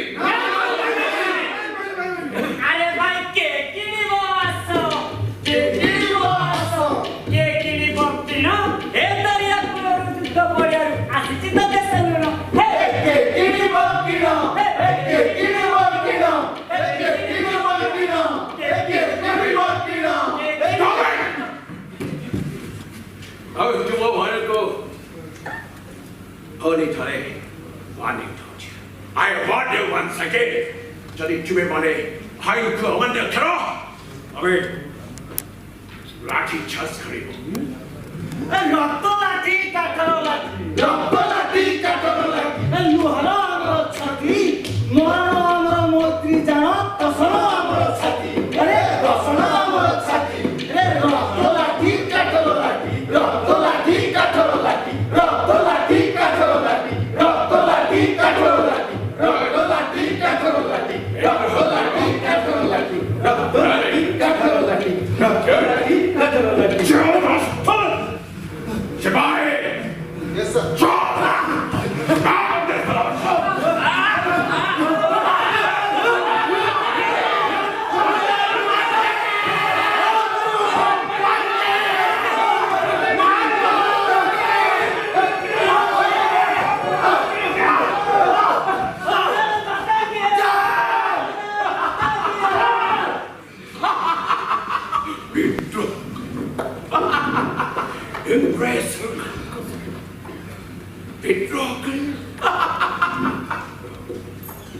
Oh, Mr.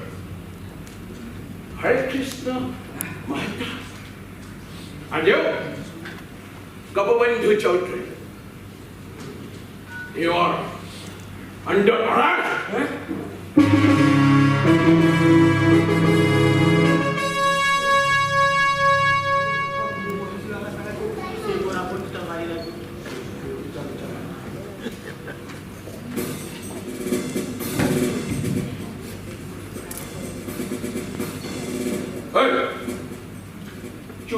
You. Cuma mana? Kau ada? Gandhi Angul ଆସୁଛନ୍ତି ତାଙ୍କୁ ଦେଖା କରିବାକୁ ଯିବୁ। Oh, Gandhi girl, Almighty. Gandhi girl, भगवान ठाकुर तुम्हें देखा करीबा को जाओ चो। कौन से लोग गांधी को देखा करी पारी में नहीं। କାହିଁକି ଆଜ୍ଞା ଏତେ ଲୋକ ଯାଉଛନ୍ତି ଆମେ ଗଲାବେଳେ ଆପଣ ମନା କରୁଛନ୍ତି। इंग्लिश सरकार को हुक्म गांधी को कहीं देखा करी पारी में नहीं। सभा समिति करी पारी में नहीं। जब कौन से लोग गांधी को देखा करीबा को ट्राई करे ठाकुर फाइट दवा କାହିଁକି ନା ଯଦି ତମ ସରକାରର ଏତେ ତାକତ ଅଛି ତାହେଲେ ଗାନ୍ଧୀ ଅଟକୁନାହାନ୍ତି ନା ତାଙ୍କ ଆଗରେ ମୂଷା ଭଳିଆ ହେବେ ଆମରି ଉପରେ ଅଣ୍ଡିରା ଦେଖେଇବ ନାଇଁ ଆମରି ଉପରେ ଅଣ୍ଡିରା ଦେଖେଇବ Great man. Good. Very good. Brilliant. You rascal. Don't you go to Kakareva? And dress and cut good job. Don't you go there? Can't you go to Kakareva?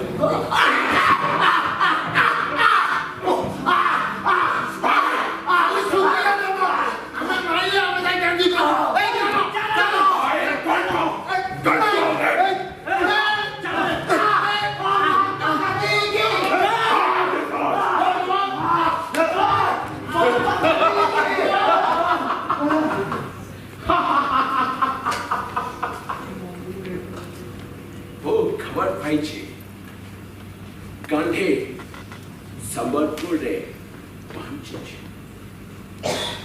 tomorrow he will capture uncle खाली uncle आशे वो गांधी को uncle रे allow करने में आए और सबो किंग हॉल जमींदार वालों को कही दीजिए गांधी को खाने से रखो कॉर्पोरेट करेगा Yes.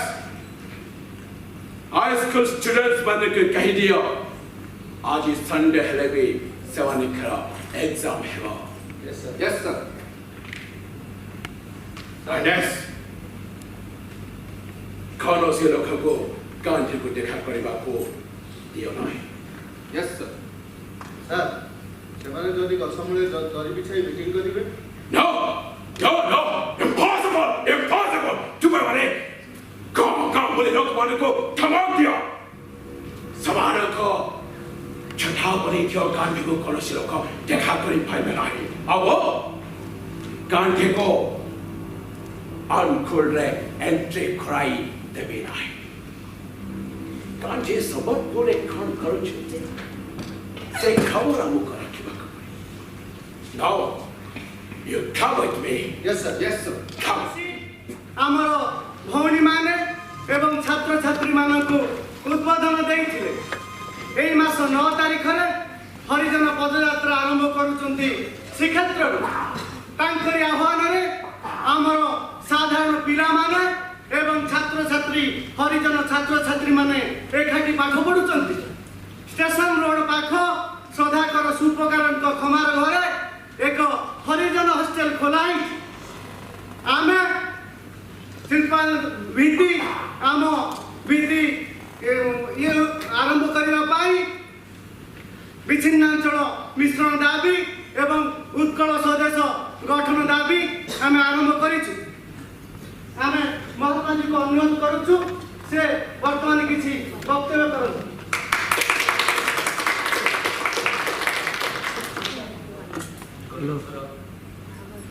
महानदी कूल संबलपुर जनसाधारण को मो हनुमान छाती देले राम नाम लेखा देखा ଓ ଛାତି ଚିରିଦେଲେ ଦରିଦ୍ର ନାରାୟଣକୁ ଦେଖିବାକୁ ପାଇ ଏଥର ମୁଁ ଅସ୍ପୃଶ୍ୟତା କଳଙ୍କ ଦୂର କରିବା ପାଇଁ ପଦଯାତ୍ରା ଆରମ୍ଭ କରୁଛି। ସବର୍ଣ୍ଣ ହିନ୍ଦୁମାନଙ୍କ ମନ ଭିତରେ ଉଚ୍ଚ ନିଚ ଭେଦଭାବ ଦେଖାଦେଲାଣି। ଆଉ ଏକ ଅସ୍ପୃଶ୍ୟତା ହେଉଛି ମଦ ପିଇବା। ମଦ ପିଇବା ଠାରୁ ବଡ଼ ଅସ୍ପୃଶ୍ୟତା ଆଉ କିଛି ନାହିଁ। ଆଳସ୍ୟ ମଧ୍ୟ ଏକ ଅସ୍ପୃଶ୍ୟତା। ଉତ୍କଳର ଦାରିଦ୍ର୍ୟର ମୁଖ୍ୟ କାରଣ ହେଉଛି ଆଳସ୍ୟ। कौन चाचे उच्च जाति नीच जाति माके अधिया कथा बोले मेटा नहीं ओए केतो माके में पंडा को बस छाबरी दबे कौन किछि लिखाई रे भागन ଆପଣ ଯଦି ମୋ କଥାରୁ ବୁଝିଲେ ଅସ୍ପୃଶ୍ୟତା ଦୂର କରିବା ଦରକାର, ଏବେ ଯାହା ଇଚ୍ଛା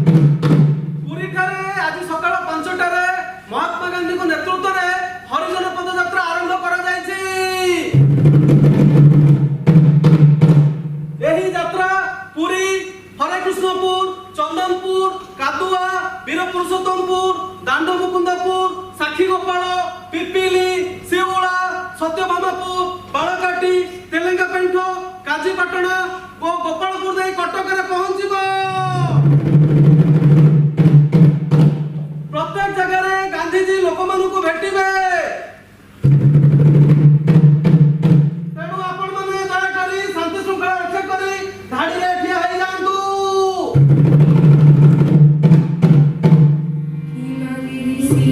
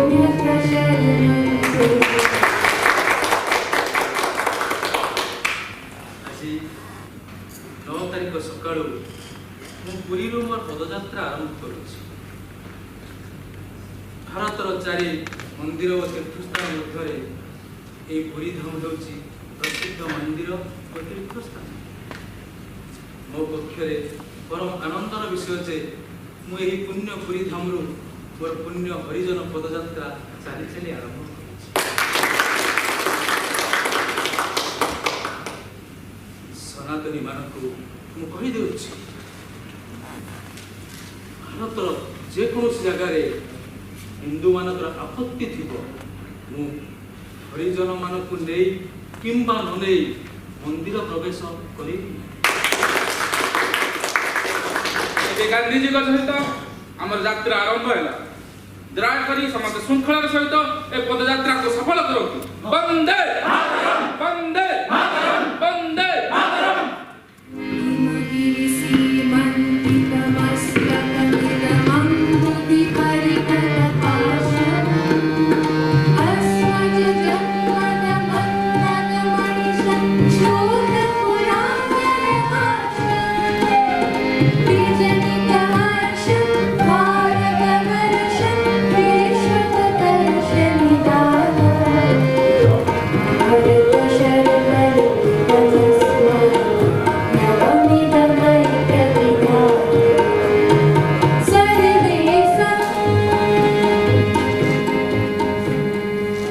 आज यात्रा सप्तम दिवस।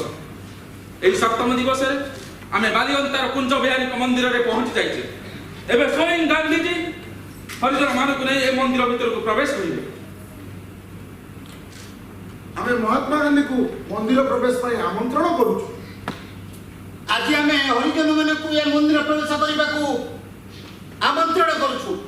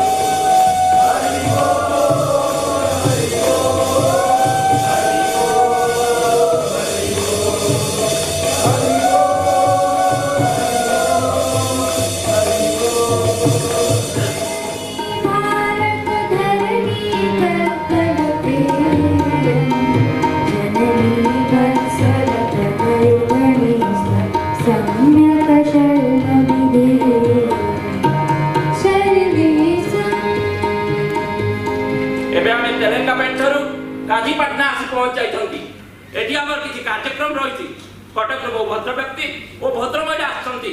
से माने किछि महात्मा जी को पानी को दान करिवे एवं तापरे आमे समस्ते कटक रो काठजोड़ी नदी कूल रे हेबा कुतिबा सभा पाई पदयात्रा करिबा।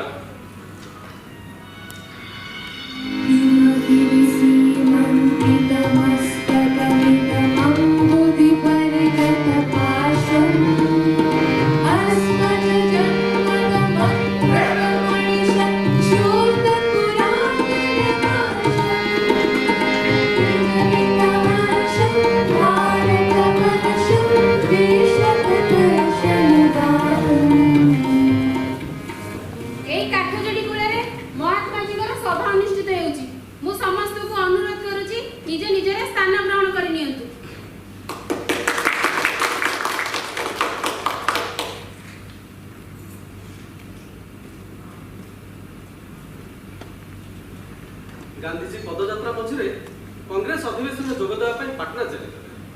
ଯାତ୍ରା ମଝିରୁ ବନ୍ଦ ରହିଲା ଆଉ ପରବର୍ତ୍ତୀ ଯାତ୍ରା ଆରମ୍ଭ ହେଲା ବୈରୀ ଷ୍ଟେସନରୁ ଭଦ୍ରକ ଯାଏ।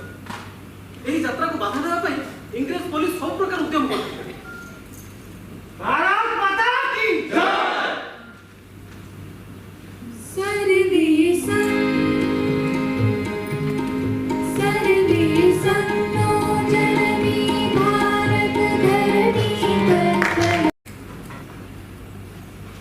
ବାପୁଜୀ ଆପଣ ଖାଇବା ପାଇଁ ଛେଳି ଆଉ ରୁଟି ଯୋଗାଡ଼ କଲେ, ହେଲେ ଫଳ ମିଳିଲାନି, ଖାଲି ଆମ୍ବ ମିଳିଲା, ସେ ପୁଣି ଖଟା।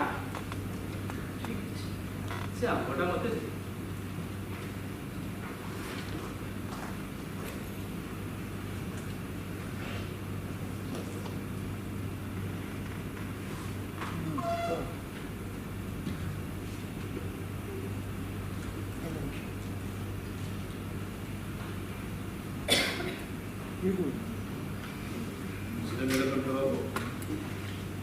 ଏ ଆମ୍ବରୁ ଯଦି ଖଟା ଅଂଶଟା କଢ଼ାଯାଇ ପାରନ୍ତା ତାହେଲେ ଅନେକ ଲୋକ ଉପକୃତ ହୁଅନ୍ତେ। ହଁ, ମୁଁ ଭାବୁଛି এই କାମଟି ଆମ ସହିତ ଆସିଥିବା ପ୍ରସିଦ୍ଧ ବୈଜ୍ଞାନିକ ସତୀଶ ଚନ୍ଦ୍ର ଦାସ ଭଲ ଭାବରେ କରିପାରିବେ। ହଁ,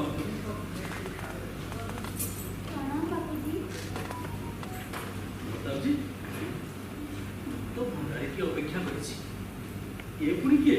ପୋଲିସ ସମସ୍ତଙ୍କୁ ଧମକେଇ, ପୁରୁଷ ଲୋକ କେହି ନାହାନ୍ତି, କିଏ ଆସିଛି ଆପଣଙ୍କୁ କ୍ଷୀର କରିବା ପାଇଁ। ଓ ଭଲ, ତମେ ମତେ କ୍ଷୀର କରିବ? ଘରେ ପରୀକ୍ଷା କରି ଦେଖନ୍ତୁ, ତେବେ ଆପଣ ଯେମିତି ଚାହିଁବ ସେମିତି ଖାଇବ। ହଉ ଠିକ ଅଛି, ଆସ।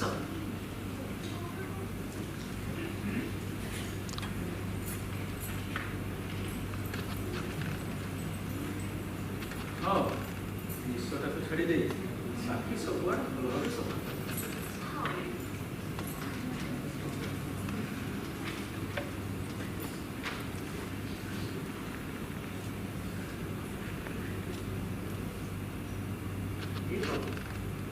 ତମେ ହାତରେ ରୂପା ଚୁଡ଼ି ପିନ୍ଧିଛ, କାନରେ ସୁନା ଗହଣା ପିନ୍ଧିଛ, ଏସବୁ କ'ଣ ତମକୁ ସୁନ୍ଦର ଦିଶୁଛି? ଏଥିରେ ମଳି ଜମେ।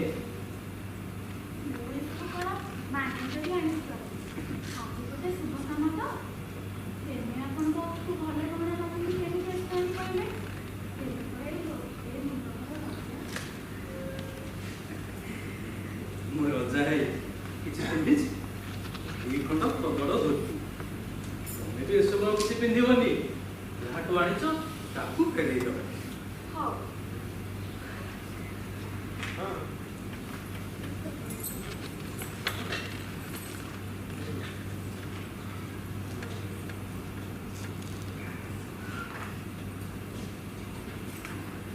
ନେ, ଆଉ କି କ୍ଷୀର ଦେବ? ହଁ, ମୁଁ କ୍ଷୀର।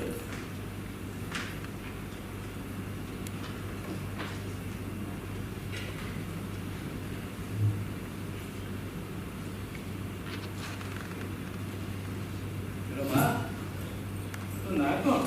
ମୋ ନାଁ ହେମ। ଆଉ ତୋ ସ୍ୱାମୀଙ୍କ ନାଁ? ବଡ଼ ଦେଉଳରେ ଯିଏ ବସିନାହାନ୍ତି ତାଙ୍କ ବଡ଼ ଭାଇଙ୍କ ନାଁ। ପ୍ରତାପଜୀ, ସେ କ'ଣ କହୁଛନ୍ତି? ଆଜ୍ଞା, ତାଙ୍କ ସ୍ୱାମୀଙ୍କ ନାଁ ବଳଭଦ୍ର, ସେ କହୁଛି ଜଗନ୍ନାଥଙ୍କ ବଡ଼ ଭାଇଙ୍କ ନାଁ। ସ୍ୱାମୀଙ୍କ ନାଁ ଧରିବେନି ତ? ହରିଜନ ବସ୍ତିର ଏ ଅପରିଷ୍କାର ପରିବେଶ ଭିତରେ ଏ ସୁନ୍ଦର ହୃଦୟମାନ ହୋଇଛନ୍ତି। କିଏ ତାଙ୍କୁ ଚିହ୍ନିଛି? କୋଉ ଶାନ୍ତ, କୋଉ ସନ୍ଥ? ରମା, ଆଜି କ'ଣ ଖାଇଛୁ? ଲୁଣ ମିଳେଇ ଭାତ ଖାଇବ। କ୍ଷୀର ସରିଗଲା।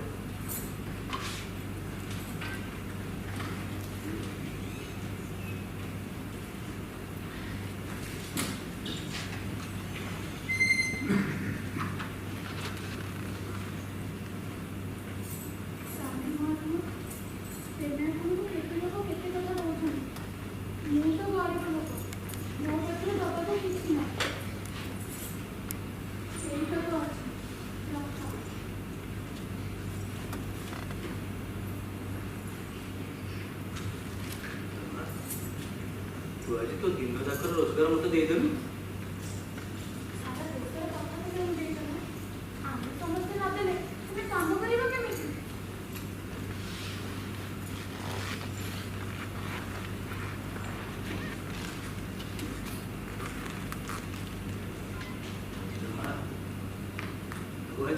ମତେ ଦେଲୁ ଏ ତ ରୋଜଗାର ନୁହଁ, ଏ ହେଉଛି ଗରିବ ଲୋକମାନଙ୍କର ରକ୍ତ।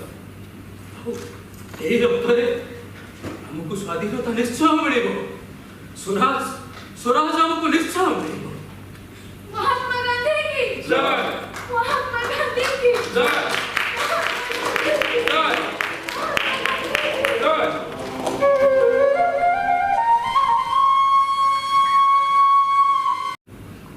କୃଷି ଆଉ ହସ୍ତଶିଳ୍ପ ସମ୍ମିଳନୀ ବହୁତ ଭଲ ହେଇଛି ଗୋପାଳ। ସେଇଥିପାଇଁ ତ ବାରମ୍ବାର ମୁଁ ଓଡ଼ିଶା ଆସେ।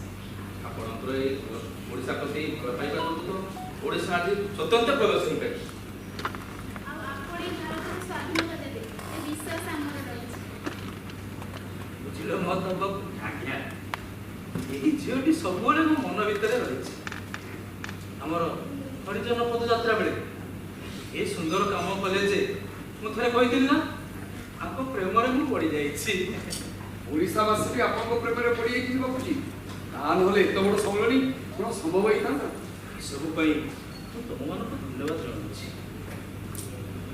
ହଁ, ଏବେ ତ ତମେ ନିଜ ଲୋକମାନଙ୍କୁ ନେଇ ସରକାର କରିଛ, ଶାସନ କେମିତି ଚାଲିଛି? ଶାସନ ଭିତରେ ଦ୍ୱନ୍ଦ୍ୱ ରହିଛି। ଗୋଟାଏ ପଟେ ନିର୍ବାଚିତ ସରକାର, ଆଉ ଗୋଟାଏ ପଟେ ଇଂରେଜ ମାନେ ପଠେଇଥିବା ଗଭର୍ଣ୍ଣର ମାନେ, ଆଉ ସେଇ ଗଭର୍ଣ୍ଣର ମାନଙ୍କ ଭିତରେ ଥିବା ନିଷ୍ପତ୍ତିକୁ ନେଇ ସ୍ୱରାଜ ଆସିଲେ ଏ ସବୁ ସମସ୍ୟାର ସମାଧାନ। ତେବେ ମୋତେ ଖୁସି ଲାଗିଲା ତୁମର ମୁଖ୍ୟମନ୍ତ୍ରୀ ବିଶ୍ୱନାଥ ଦାସ ମୋତେ ଥରେ କହିଥିଲେ, ଦାରିଦ୍ର୍ୟ ପାଇଁ ଆମକୁ ଅନ୍ୟ ଉପରେ ନିର୍ଭର କରିବାକୁ ପଡ଼ିବ। ଆମେ ଆମ ନିଜର ଶକ୍ତିକୁ ଆବିଷ୍କାର କରିସାରିଛୁ। ଭାରତର ସବୁଠୁ ବେଶୀ ମହୁ ଉତ୍ପାଦନ କରେ ଓଡ଼ିଶା। ଆମେ ଓଡ଼ିଶା ସାରା ମହୁ ବସାରେ ଛାଇଲୁ। ତମେ କହିଲେ ମୁଁ ଆଉ ମାଧବ ଦାସଙ୍କ ପତ୍ନୀ ଦୁର୍ଗାବାଈ ଜଗନ୍ନାଥ ମନ୍ଦିରକୁ ଯାଇଥିଲି, ଦର୍ଶନ ଯାଇଥିଲି। ଆପଣମାନେ ସମସ୍ତେ ଟିକେ ବାହାରକୁ ଯାଅ।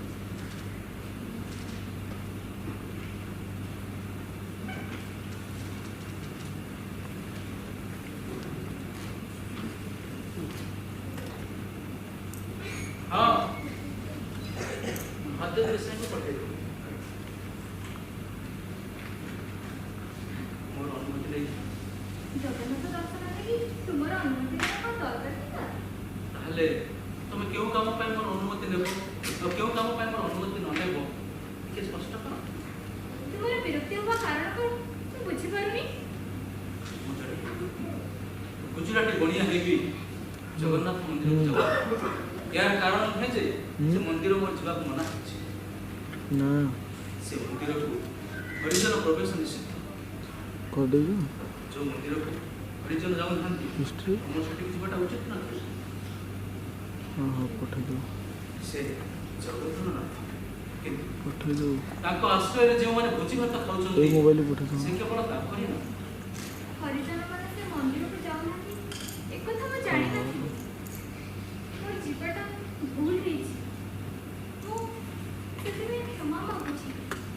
ତମର ମନେ ଥିବ ବା ଦକ୍ଷିଣ ଆଫ୍ରିକାରୁ ଫେରୁଥିବା ସମୟରେ ଟ୍ରେନ୍ ଟିକେଟ୍ ଖାଇବି କଳା ଲୋକ ବୋଲି ମୋତେ ଟ୍ରେନ୍ରୁ ଉଠି ଦିଆଗଲା। ଏହି ବର୍ଣ୍ଣ ବୈଷମ୍ୟ ଓ ଅସ୍ପୃଶ୍ୟତା ଏବେ ସାରା ବିଶ୍ୱରେ ଏକ ବ୍ୟାଧି ଭଳି ଦେଖାଯାଉଛି। ସନାତନୀ ହିନ୍ଦୁମାନେ ଭାବୁଛନ୍ତି ହିନ୍ଦୁ ଧର୍ମରେ ବର୍ଣ୍ଣ ବୈଷମ୍ୟ ଏକ ଅଂଶ ବିଶେଷ।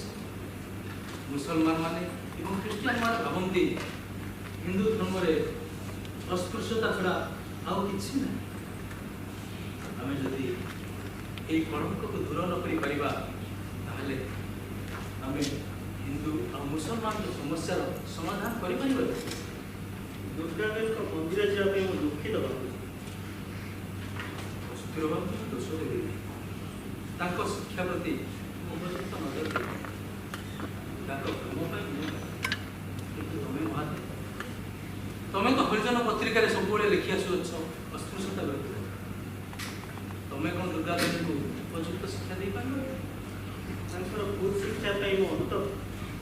ତମେ ଜାଣିଛ ମହାଦେବ, ପୁରୀର ସନାତନୀ ପଣ୍ଡିତମାନେ ଗ୍ରନ୍ଥମାଳାରେ ଗାନ୍ଧୀ ହିନ୍ଦୁ ଧର୍ମର ଶକ୍ତି। ଗାନ୍ଧୀ ତମେ ଫେରିଯାଅ।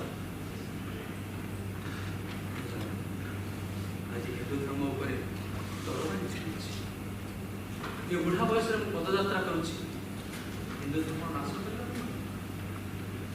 हिंदू धर्म उद्धार करवा हिंदू धर्म ऊपर विपद मानी आसी समय ମୁଁ ନିରୁପାୟ ପୁରା ଭିତରେ ବସି ପାରିବି ଆଜି ମନେ ପଡ଼େ ଗୋଦାବରୀଶ ମହାପାତ୍ରଙ୍କ ସେହି କବିତା ଦୁର୍ଗମଗିରି ଦୁର୍ଗବାସୀର ଜୀର୍ଣ୍ଣ ଦୁଆରେ କାରଣ ମୋର ଆଶା ରହିଛି ଓଡ଼ିଶା ଅସ୍ପୃଶ୍ୟତା ଦୂରୀକରଣ ଦିଗରେ ସମସ୍ତଙ୍କର ପଥ ପ୍ରଦର୍ଶକ ମୁଁ ଜାଣେ କାଲି ଇଂରେଜମାନେ ଦେଶ ଛାଡ଼ିବେ ତୁମମାନଙ୍କର ଶକ୍ତି ବଳରେ ଯଦି ସେମାନେ ନ ଯାଆନ୍ତି ତାହେଲେ ଏ ଶକ୍ତି ଆମର ଥାଇ ଲାଭ କଣ କିନ୍ତୁ ତୁମେମାନେ ଯଦି ଭାବୁଥାଅ କେବଳ ଫଙ୍କା ଆୱାଜ କରି ଇଂରେଜମାନଙ୍କୁ ଏ ଦେଶରୁ ବିତାଡ଼ିତ କରିଦେବ ତାହେଲେ ଏଇଟା ତମର ଭୁଲ କେବଳ ସତ୍ୟ ଶାନ୍ତି ଆଉ ଅହିଂସା ବଳରେ ଆମେ ଆମର ସ୍ୱରାଜ୍ୟ ନିଶ୍ଚୟ ପାଇବା କୁହ वंदे वंदे वंदे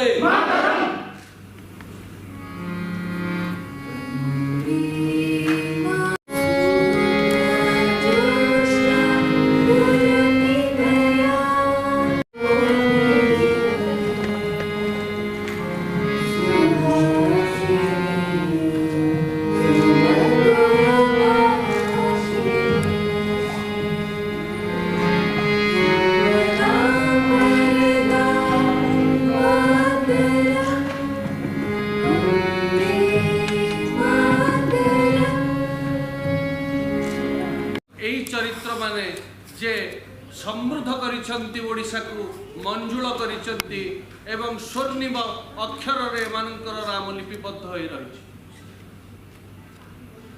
Ladies and gentlemen, this was the end of this play. The 7-time visits of the Mahatma Gandhi to Odisha. This has been written in the red letter day in the history of Odisha. The Renaissance men of Odisha, those who have toiled hard to see the freedom in their fingertips. That was the struggle movement which is portrayed. The play is written by the famous playwright Mr. Shankar Tripathi. I would like to take the privilege to introduce the artist of this stage, Sutradhar.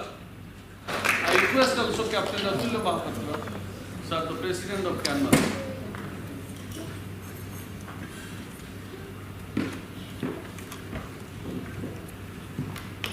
I request Sangeeta,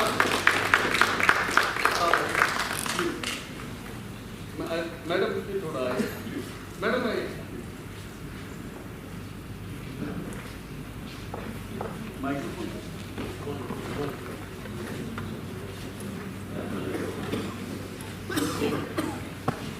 sir, मैं मुसारो sir normal कुछ मंचों को कैसे हो गए?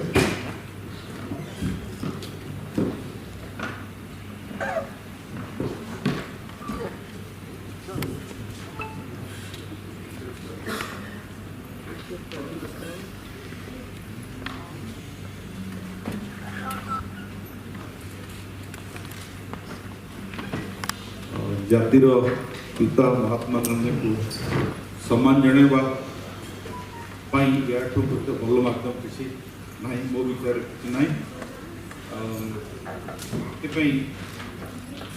संविधान academy Odisha सरकार धन्यवाद जनाऊँ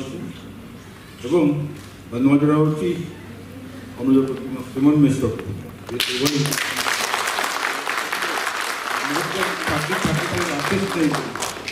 ड्रामा करवा वेरी वेरी डिफिकल्ट दिस लोग गोटे उत्तर बांधिक रखा stage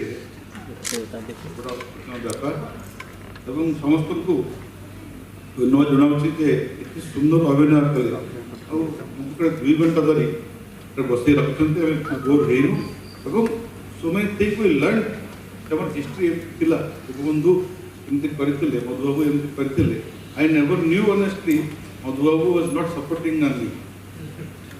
Something new thing. It's also a good learning for all of us. Now I request our CME, Mr. Saroj Das, to speak to you. ये एक ऐतिहासिक नाटक कहन कि इतिहास पृष्ठभूमि पर ये जो नाटक है बहुत सुंदर नाटक। महात्मा गांधी जदिव ये संपूर्ण जीवनी ओडिशा सह संपर्क समय कहानी बहुत भल लगे। धन्यवाद। सब्सक्राइब करंतु आम यूट्यूब चैनल को एवं दबाई दियंतु घंटी को जहाद्वारा आम सबुठ लाटेस्ट वीडियो को देखिए सर्वप्रथम।